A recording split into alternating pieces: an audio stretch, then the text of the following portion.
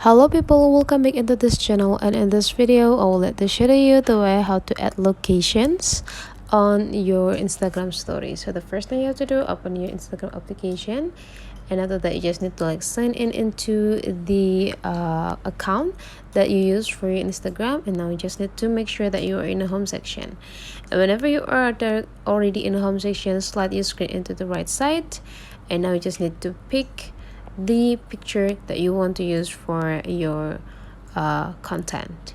And after you pick one, you just need to take a look on this upper features here, and then you just need to go click this part, and now there will be pop-up in the top line here a location. So you just need to go click this location, and now you just need to add the locations for your photo. So here I will let to adding the locations for my content, since I got this coffee at this coffee shop, so I will let to choose that.